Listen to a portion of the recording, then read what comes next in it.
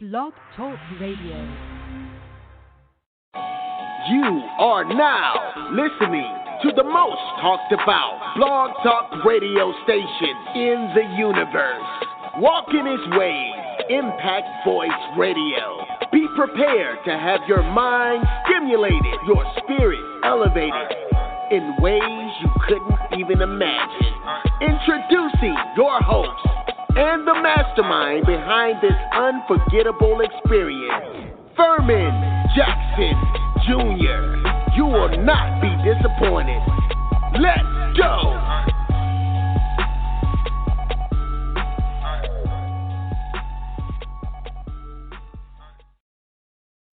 Hey, what's up, everybody? Welcome to another edition of Walking His Ways, Impact Voice.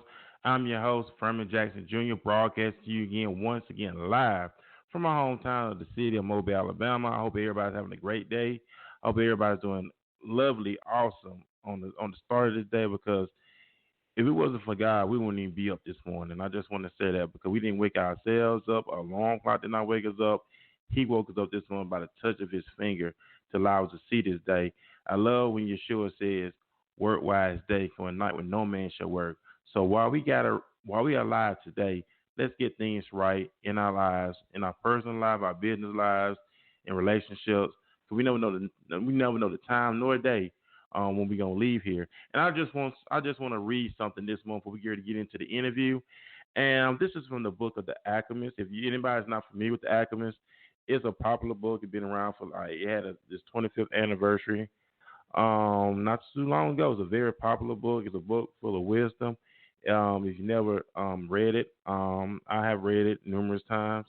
I got lots of highlights in this book, and it's something I just land on this morning for the listeners this morning. And it says, I must have no fear of failure. It was my fear of failure that first kept me from attempting the master's work. Now I'm beginning what I could have started 10 years ago, but I'm happy at least I didn't wait 20 years. Just think about that. I must have no fear of failure.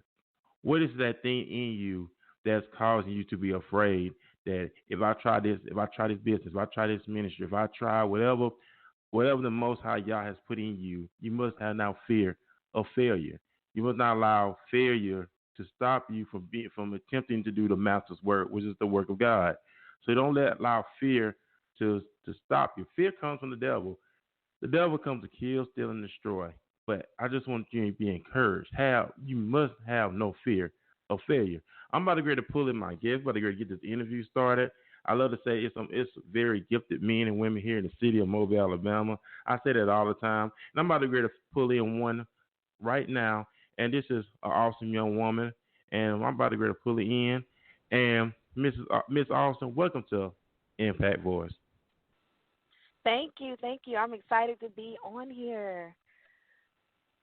Oh, I thank you for taking time out of your busy schedule. I know you're a busy woman. I know you're a very productive woman. And I just really thank you for taking time out of your busy schedule to be a part of this broadcast this morning. We're about to get into the interview. I know a lot of people know you. Some, getting to know you for the very first time. And I just love to ask the question. My first question is, who is Bryana Austin? Well, first of all, number one, I'm a child of God. I don't take that lightly. Like, I let people know off gate, listen, I belong to the Most High God. I am His. I am His daughter. I am His servant. I'm just a regular old girl, really, from Mobile, Alabama. I like to have fun and enjoy life and just try to live a good, wholesome Christian life. And let people know that you can be young and on fire for God, and you can do positive things in your community.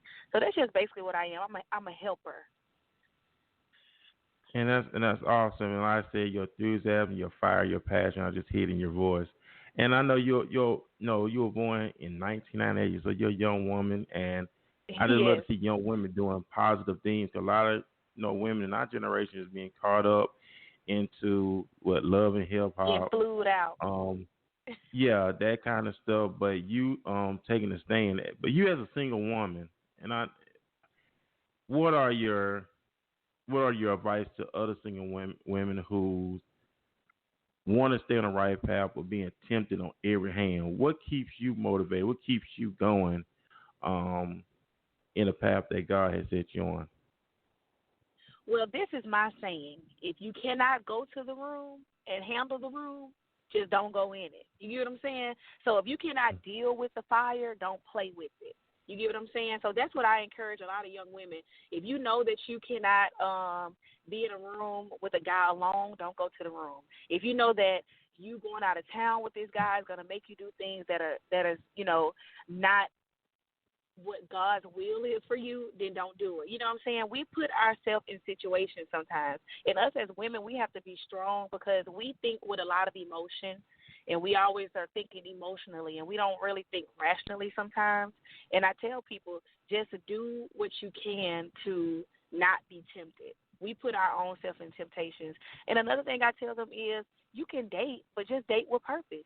You know, it's not your job to be out here trying to fix men and take care of them when you're not a wife. It's not your job to do that. So you have to know your role, play your role, and stay in your lane. Like God has designed you and set you aside for one man, one special man, and he may not come when you're at the age of 20 or 21 or even 25 or 30, but he will come, and you have to know that the devil sends distractions. So do not be distracted. Do not be dismayed in this season. Yeah, and I know, and you just said something interesting. I had some questions. It's like we went to a whole nother arena. You said something. You said women making men, and I see that a lot in our generation. You know, I grew up. I was born in '82, and I grew up. No, born in the '80s, and I grew up in the '90s. Men were masculine when I was growing up. You know, men was the provider. They was the go-getters. And I grew up in that type of environment. So my dad, he took care of the family. He was a go-getter. My dad worked 2 full-time jobs.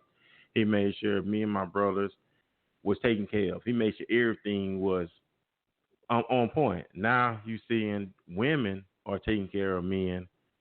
Now, why the is roles that? have been reversed. Right. And it's like women, I guess, I know y'all nurturers, but why to try to make a man where he does not want to be? And I think some women just get a kick out of that. Why is that?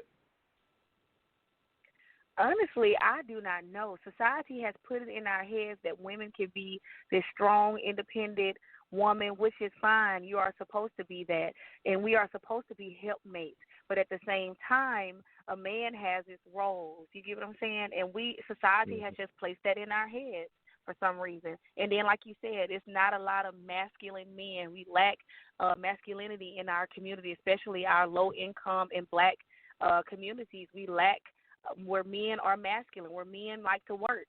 You know what I'm saying? You see it in, like, the I guess you could say the Latino man or the Mexican man. You see it there, but for some reason we lack it in the black households.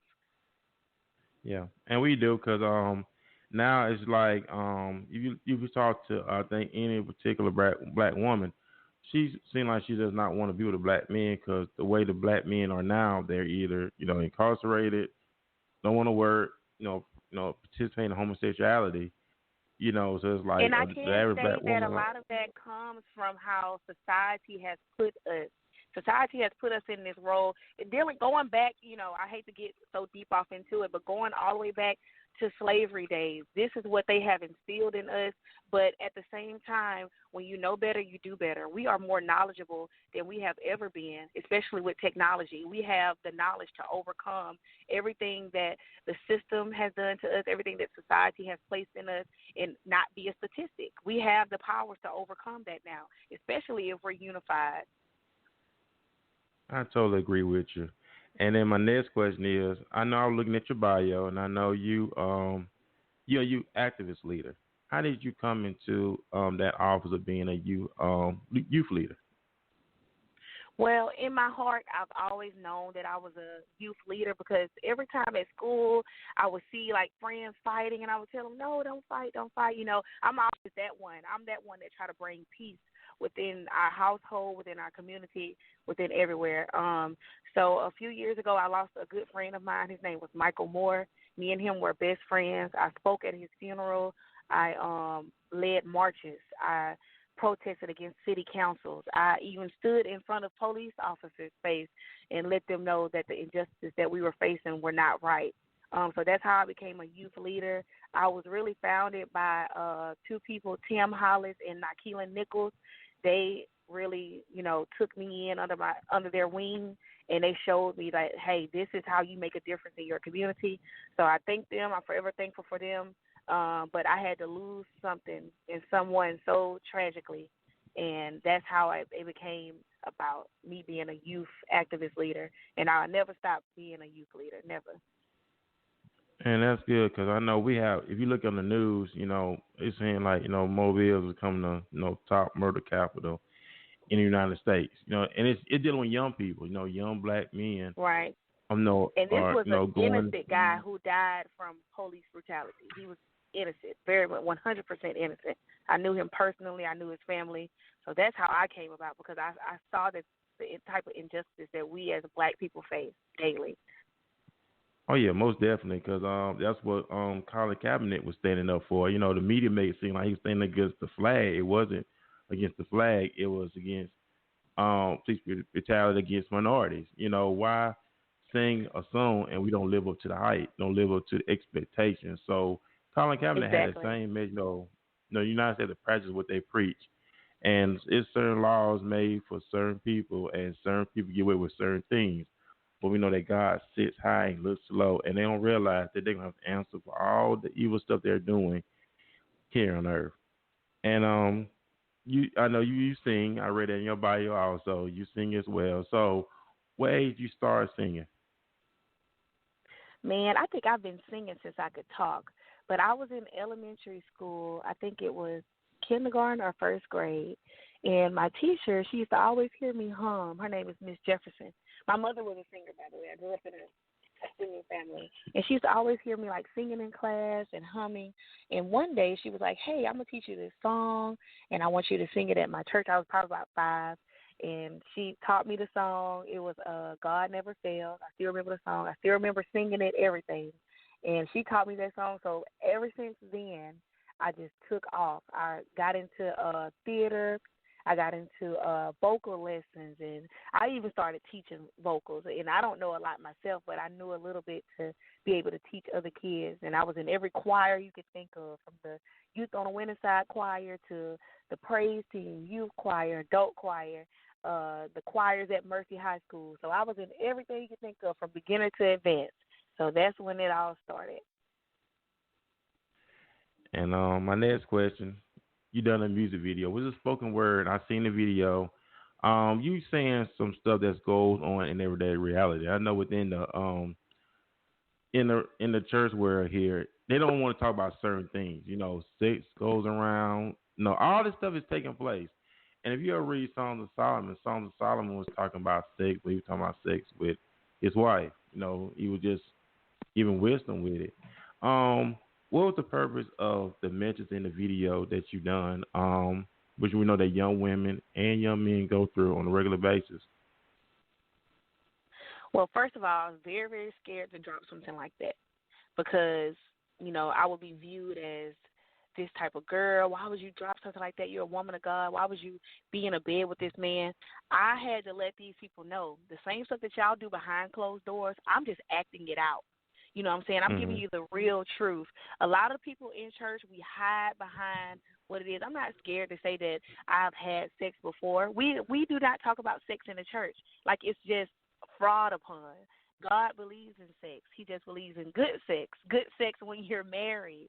You get what I'm saying? So I try to tell people I don't hide behind who I am or who I was. I don't just try to block that out, block my past out. So the purpose of the video was to let people know that soul ties are real. It's a lot of young people in our youth departments that are having sex, not only having sex, but having sex with each other, coming to church, wondering why their emotions are rapid, wondering why they're dealing with these spiritual demons. And it's because of the STD. It's because of the spiritually transmitted demons.